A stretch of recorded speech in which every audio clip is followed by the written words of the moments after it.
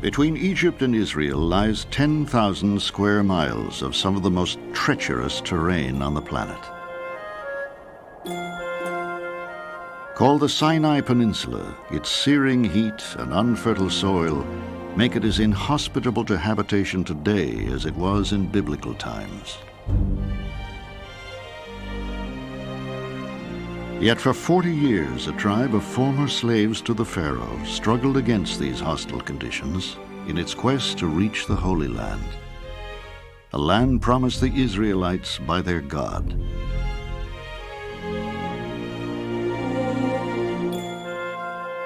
To assure the journey would succeed, however, their God demanded one condition be met. Would they live by his 10 commandments? The great mystery of the 10 Commandments is how this seemingly simple set of moral rules became so central to all of Western civilization. Why have the 10 Commandments survived with such impact to the present?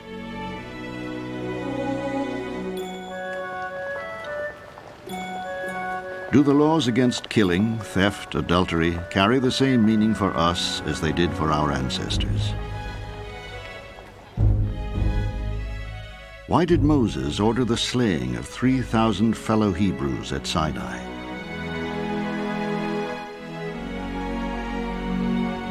And is it possible, as some believe, that tablets preserved in the sacred Ark of the Covenant actually exist? These are but a few of the mysteries of the Bible.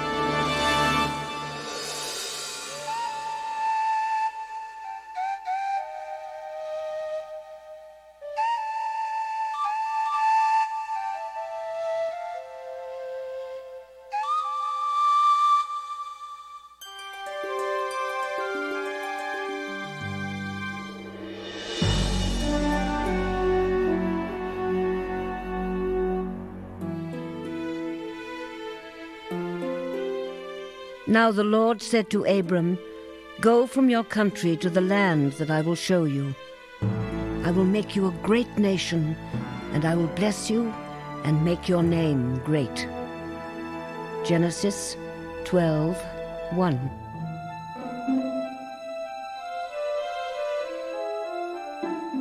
So God spoke to Abraham, thereby ordaining him patriarch of the Hebrew people. According to scholars who have traced the genealogy and ages of all biblical figures, this historic moment would have taken place 2,000 years before the birth of Jesus.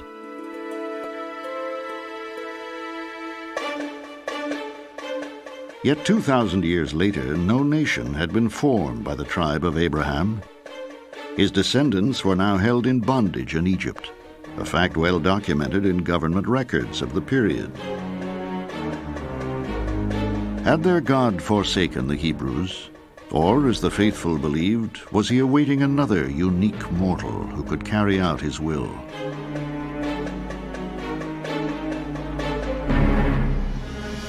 As a young man, Moses struck dead an Egyptian guard for beating a Hebrew slave and had to flee for his life. Years passed as he tended sheep in the land of Midian, hundreds of miles east of Egypt.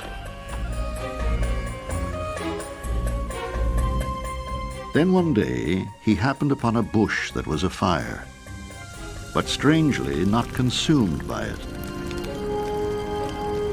It was at this moment, according to the scriptures, that God selected the successor to Abraham.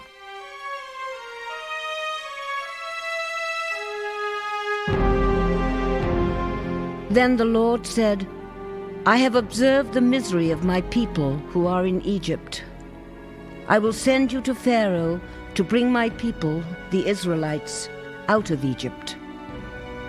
Exodus 3:7.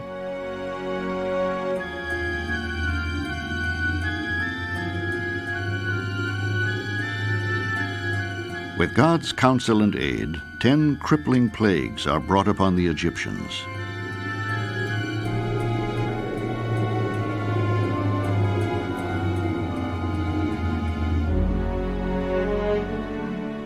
Moses then is able to lead an unarmed people away from a mighty military force, bringing them to safety.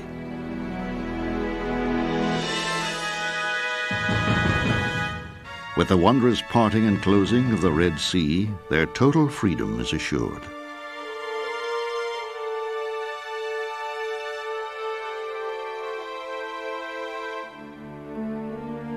The Bible records their number at 600,000, and while not all were Hebrews, all now willingly fall under the leadership of Moses.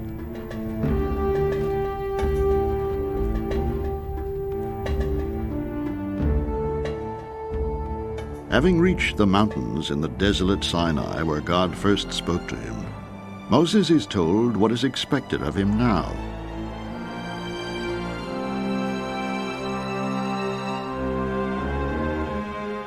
Now, if you obey my voice and keep my covenant, you shall be my treasured possession out of all the peoples. Exodus 19:5.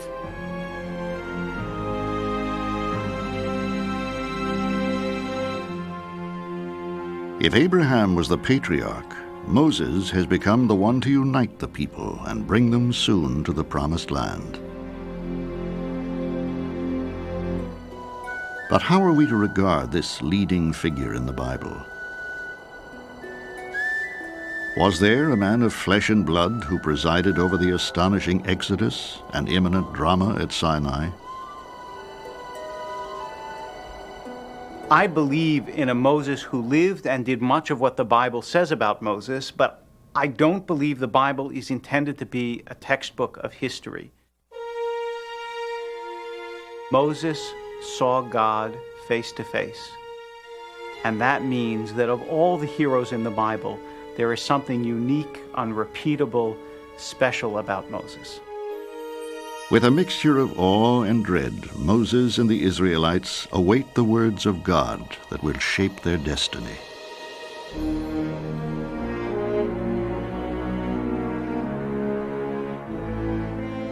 Now Mount Sinai was wrapped in smoke, because the Lord had descended upon it in fire, while the whole mountain shook violently.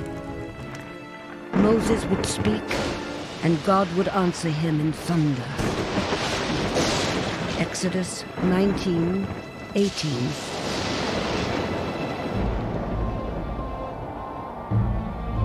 In a setting rich with mystery and ambiguity, the 10 Commandments are first delivered by God.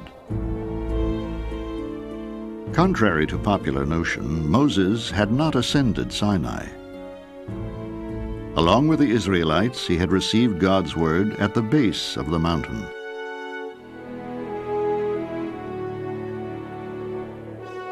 You shall have no other gods before me. You shall not make for yourself an idol, bow down or worship them. You shall not make wrongful use of the name of the Lord your God. Remember the Sabbath day and keep it holy. Honor thy father and mother.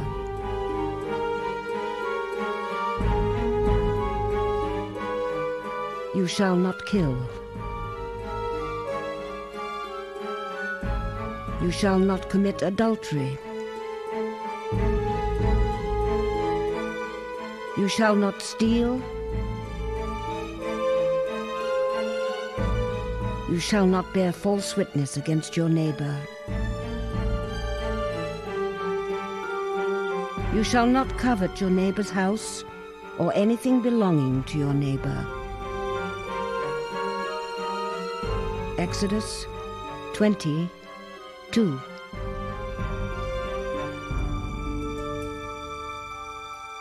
These were and are the 10 Commandments.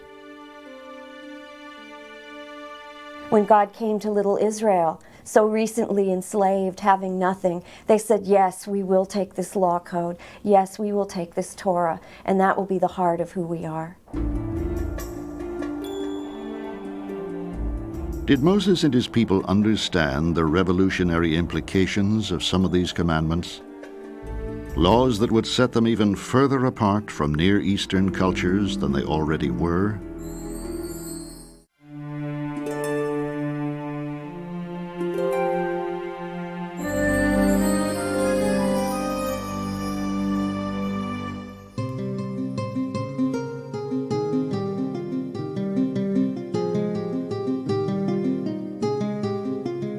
In the 3,500 years since Moses led his people to Mount Sinai to receive the 10 Commandments, no tangible evidence has been uncovered indicating upon which mountain rising from this blistering hot desert the historical biblical drama unfolded.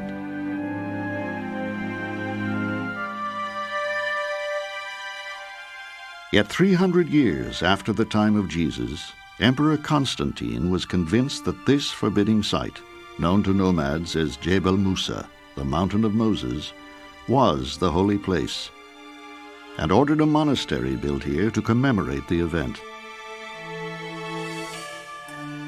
It is known as St. Catherine's.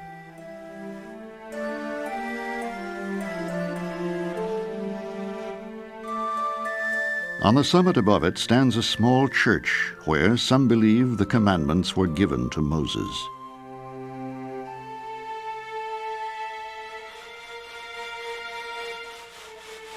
However, archaeologists have failed to find any evidence that an ancient people ever stopped here, or, as the Bible also indicates, spent 40 years wandering about this barren wilderness itself.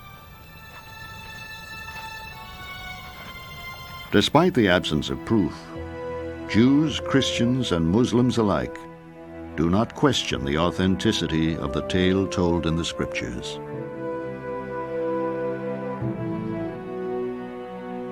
If something didn't happen on Sinai to the children of Israel, they would have had to make up a story that it had. This is such a turning point in the people's life, to go from being slaves to being the recipients of redemption and the law. This is a primary moment in Israel's self-understanding. The people may have heard God proclaiming the 10 Commandments at the base of Mount Sinai, but the thunder and lightning obscured their full meaning.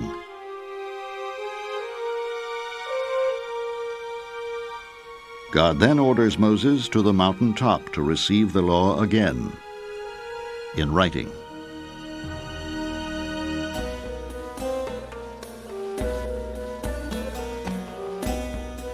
The Israelites were very familiar with the Code of Hammurabi, the sophisticated set of laws by which the pharaohs ruled, as well as the legal systems of other Near East societies. Much of human behavior considered base in the commandments, murder, stealing, adultery, was also forbidden in those cultures. But the resemblance ended there. For the first 3 commandments were emphatic in declaring how the Hebrew God was different from all other gods known in the Near East. There could be no sun god, no rain god, no god of war. Only one invisible God, who humans must never attempt to represent in the form of idols or speak of irreverently. Part of what's going on in the 10 Commandments is they're making the point, we are not the Egyptians. Part of what it's saying is you won't be like those people who enslaved you. and who were so committed to their monumental architecture, they didn't care how many of your people died making the monumental architecture. While Christians and Muslims later adopted the full spirit of the Ten Commandments, the second commandment, which prohibits making a likeness of God, wasn't taken literally by Christians.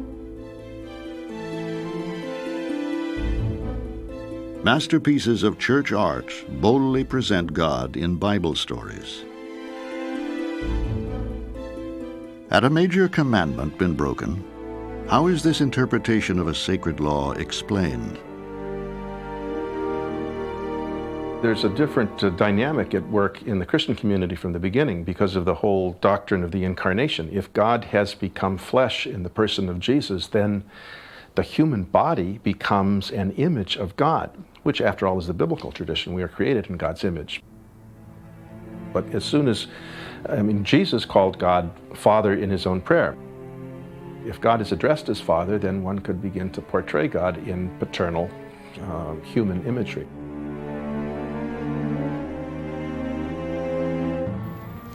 For those of the Jewish faith, however, no likeness of God was or is permitted.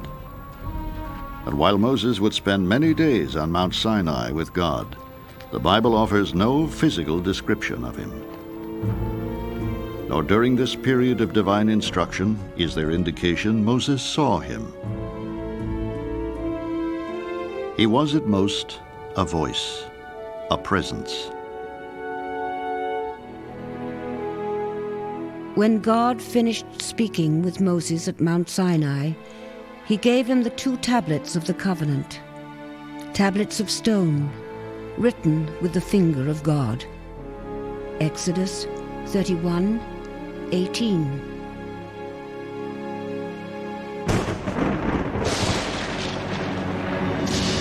Then suddenly God is angered and orders Moses off the mountain.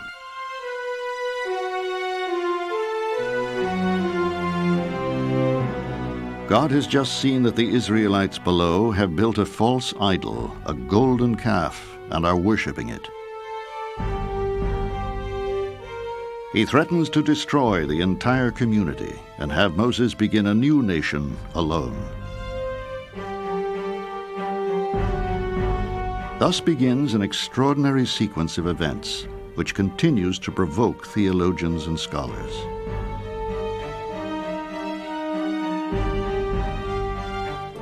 First, Moses pleads with God to revoke his catastrophic plan. And surprisingly, God accedes to Moses' wish.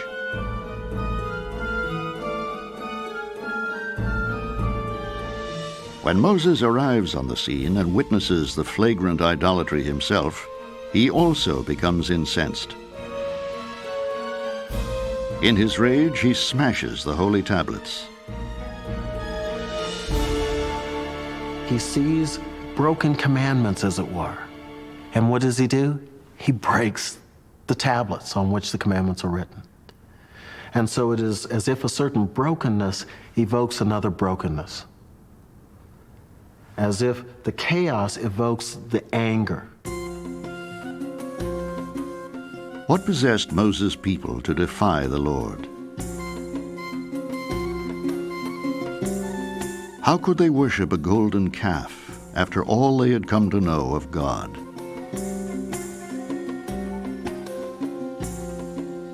The golden calf was not a substitute for God.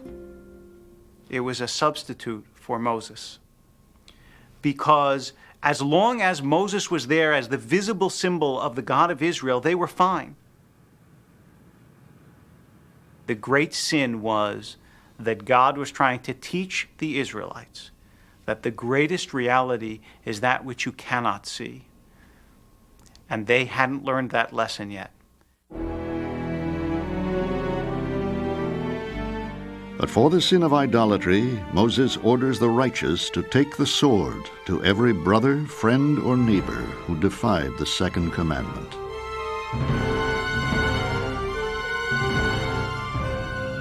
The sons of Levi did as Moses commanded, and about 3,000 people fell on that day.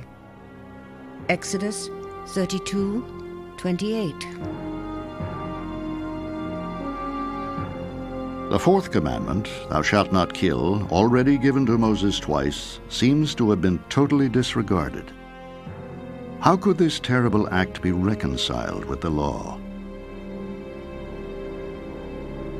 For that beginning community, bad religion was seen as contagious. Think of it as a bad infection. When the Levites kill those persons, their task is to cut out the infected portion, and in doing so, get back to the true religion. The correct translation of the commandment is not thou shalt not kill, but thou shalt not murder. The Bible clearly believes that in certain circumstances killing is justified. But the violence at Sinai is an exceptional episode in the Hebrew Testament. Never again would brother kill brother on this scale.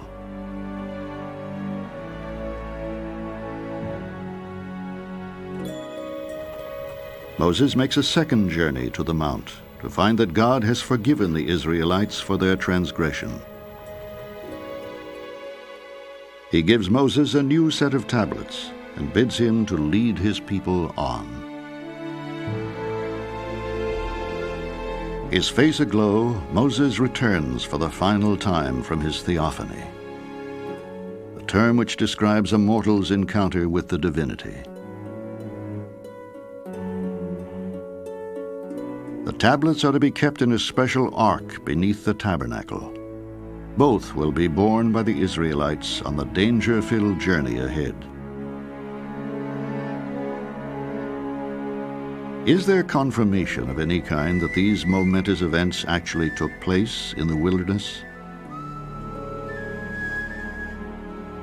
I believe that there was a theophany at Sinai.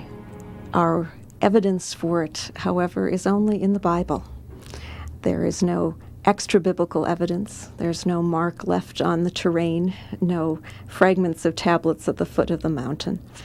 But there's the witness of the Bible, and there's the evidence of the existence of the nation of Israel.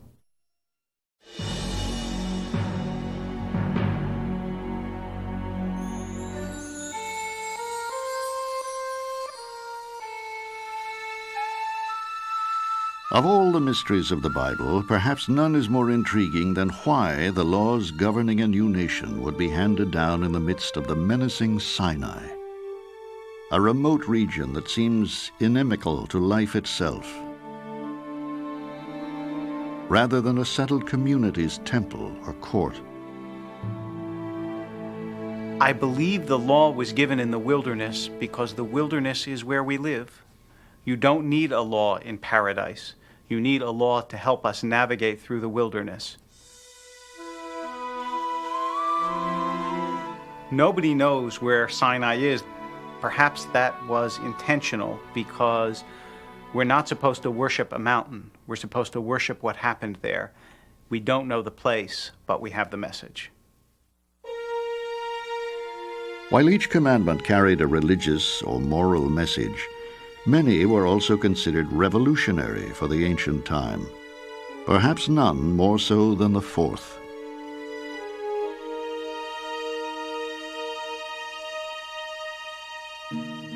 Remember the Sabbath day and keep it holy.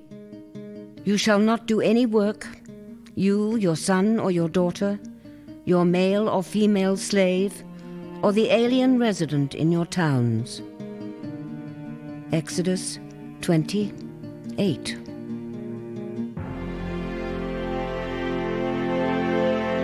Prior to the encounter of Moses with God at Sinai, a weekly day of rest was unheard of in any Near East culture.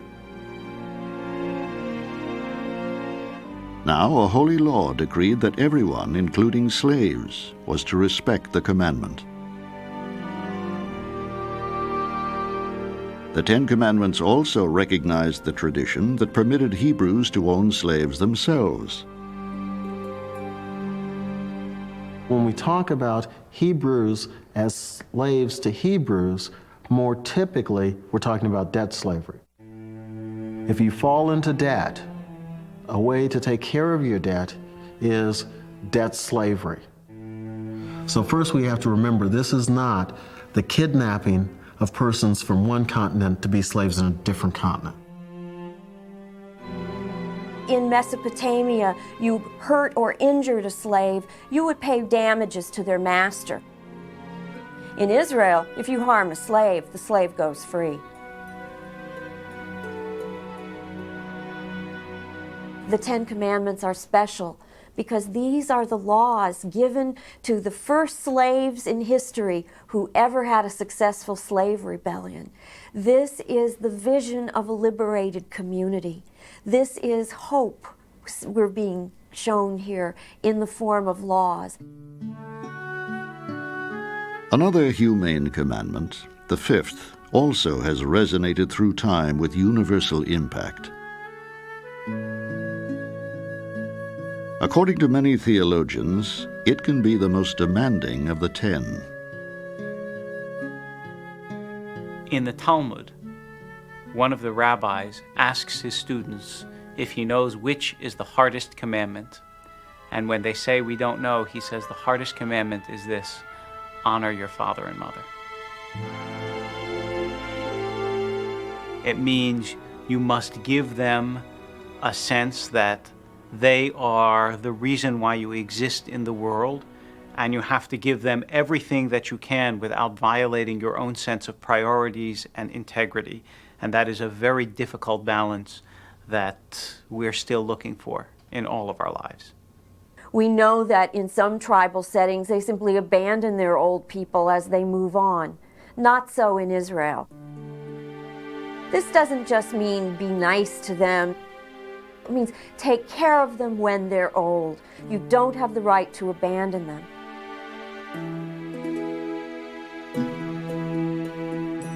Most of the 10 Commandments given Moses are bluntly stated. Honor your father and mother. You shall not steal. You shall not bear false witness against your neighbor.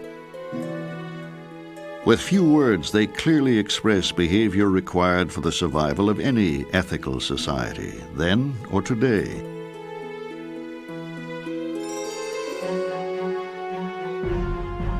But there appears to be a striking omission in the presentation of these laws. There is no mention of punishment for their violation. Has the Hebrew God left this an open issue? When we grow up, we're told that Santa Claus watches. He knows who's been naughty and nice. Very few of us have met anyone, no matter how naughty, that didn't get a visit from Santa Claus. God is not Santa Claus. And the storyline makes it clear that God is slow to anger, but that doesn't mean that God doesn't get angry. God is very forgiving, but that doesn't mean that anything goes.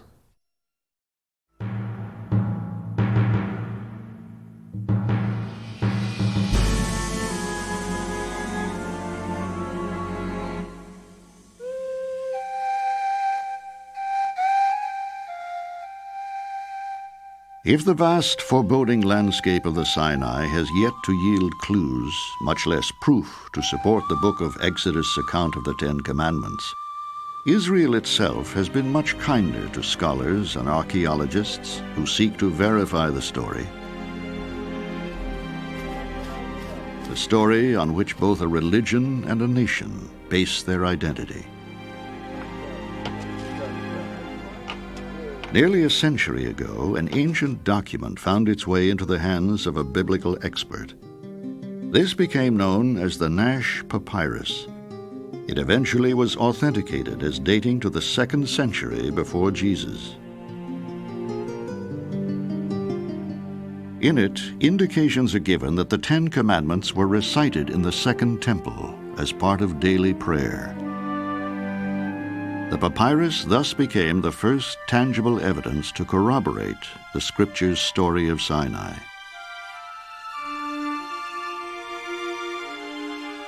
While it doesn't prove the ritual had been practiced for 1,000 years prior to the 2nd century, when the commandments were first given, it does suggest that the legacy of Moses had uncommon staying power and impact.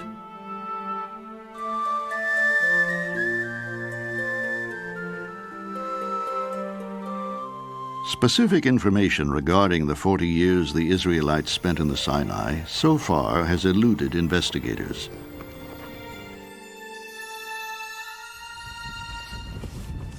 However, substantial knowledge of both urban and nomadic cultures of 3,500 years ago has aided insight into the meaning of and the reasons for the Ten Commandments themselves.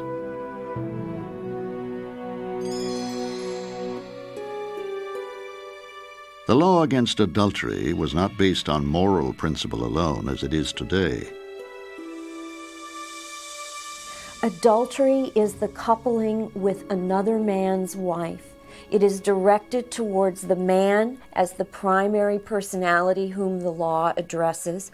It does not cover a girl who has not been betrothed or married. That would be fornication. But adultery needs to be understood in the context of property law. Another man's wife is legally his property, and you may not take it against his will.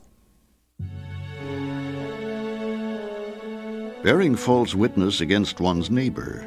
Why was this considered among the 10 most serious offenses? I understand bearing false witness as bringing a charge against another that is untrue. Human relations were not secured if a person's word was not his bond. There's this whole understanding of the word in the Israelite tradition. You know, when a person spoke his word in a sense embodied his personality, and it couldn't be recalled. You shall not covet your neighbor's house or anything belonging to your neighbor. Exodus 20:17.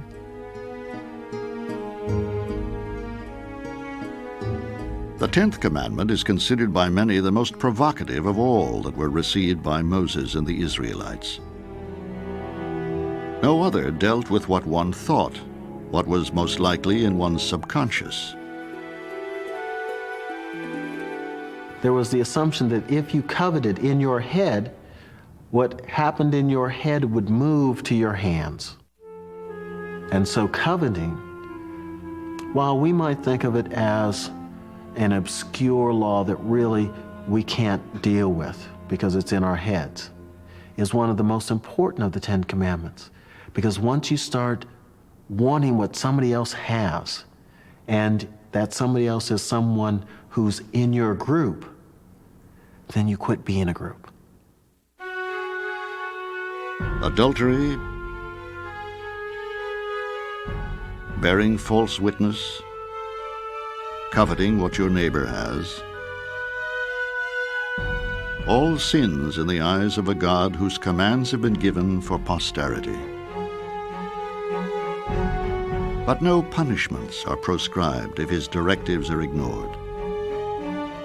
How can they be laws if there are no consequences for those who break them?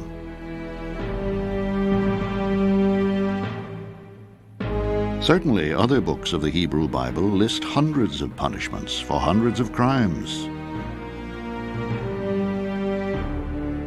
Sacrilegious or antisocial behavior, from improper rituals to incest, is condemned, calling forth punishments ranging from fines to stoning to death.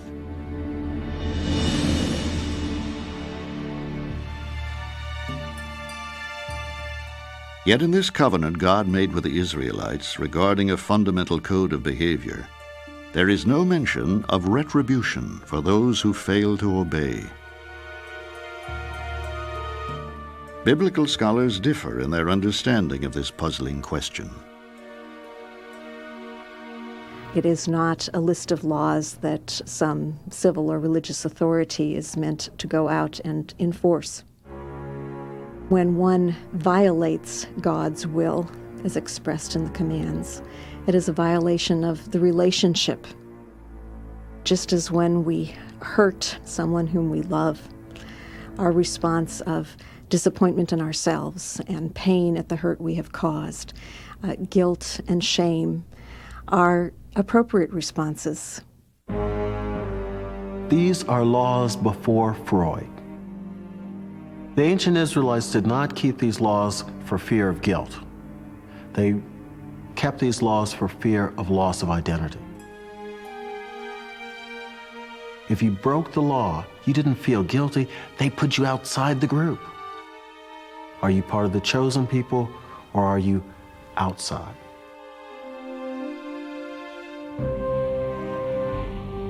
Among the countless mysteries of the Bible, one that continues to perplex scholars is why Moses chooses to repeat the commandments aloud just as he brings his people within sight of the promised land.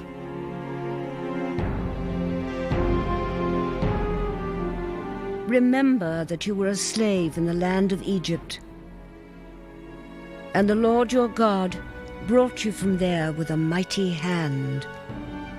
Deuteronomy 5:15.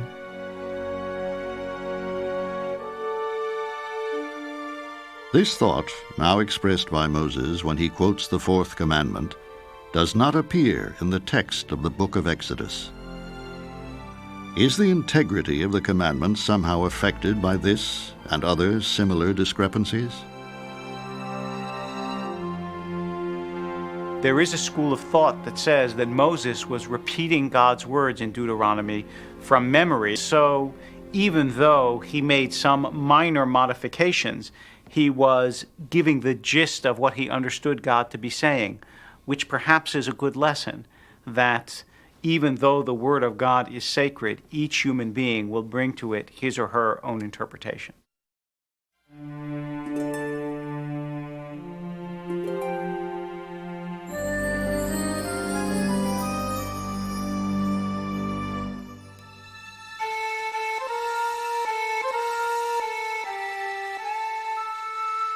The vast Sinai Peninsula appears as uninviting today as it surely was to the masses who followed Moses across it those thousands of years ago.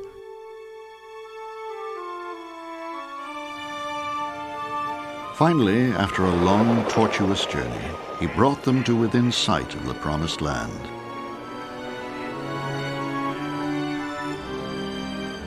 The Lord said to him, "This is the land I swore to Abraham, to Isaac, and to Jacob, saying, I will give it to your descendants. I have let you see it with your eyes, but you shall not cross over there." Deuteronomy 34:4.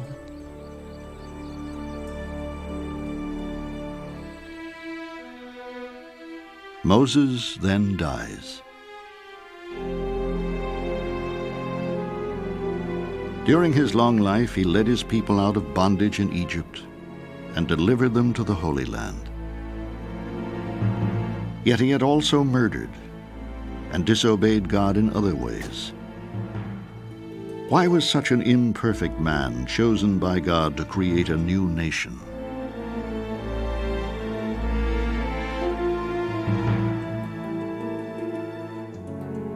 There is no flawless hero in the Hebrew Bible. But by giving us a full picture of Moses, even when Moses stumbles, it enables us both to understand what it is to be a hero and perhaps to push ourselves a little further, to aspire a little higher because we have this image of Moses. We also have the remarkable legacy of Moses in the form of the first 5 books of the Bible. While most scholars are convinced the books themselves were first written down centuries later by temple priests, they also believe key events, such as the issuing of the 10 Commandments, could be based on historical truth. And what of the tablets Moses brought down from the mount? Did they actually exist? Was an ark built for them? Was it carried by the Israelites through the desert wilderness for 40 years? According to later books of the Bible, yes.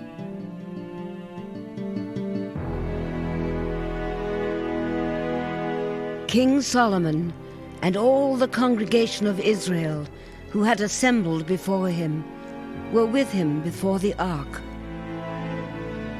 Then the priest brought the ark of the covenant to its place in the inner sanctuary of the house, in the most holy place. 1 Kings 8:5. Archaeological evidence exists that King Solomon, 1,000 years before Jesus, built a great temple in Jerusalem. This commentary in the scriptures, although most likely written much later, lends credence to there once being such a sacred vessel. Writing laws in stone was also a known practice of the period, suggesting tablets with 10 commands could be kept inside.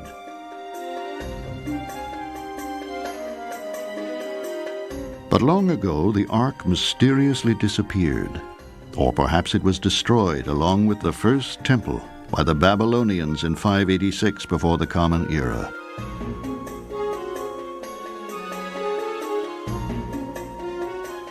As testament both to the power of the idea of the 10 Commandments and the human imagination, the quest has never ended to find the sacred Ark of the Covenant.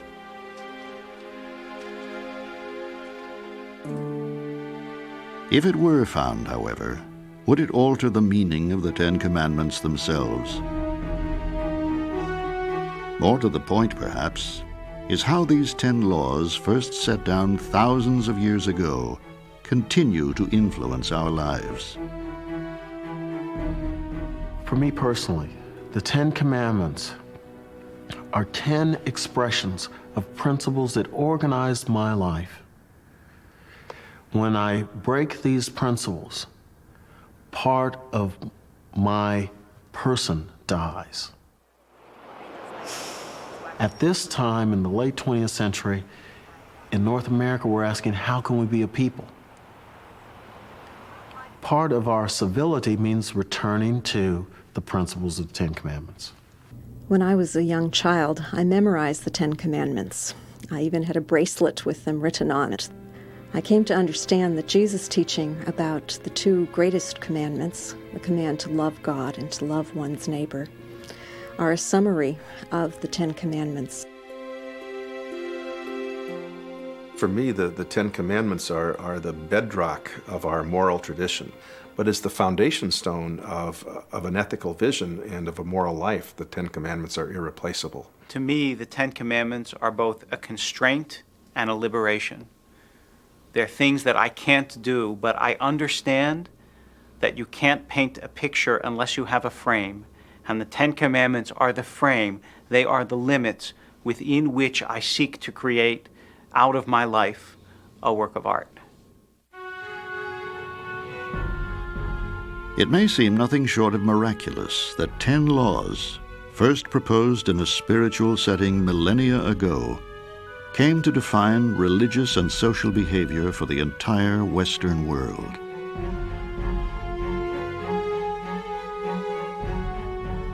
Perhaps the most intriguing question to be asked of the Bible's most influential tale: what would our world be like today if Moses had not received those 10 Commandments?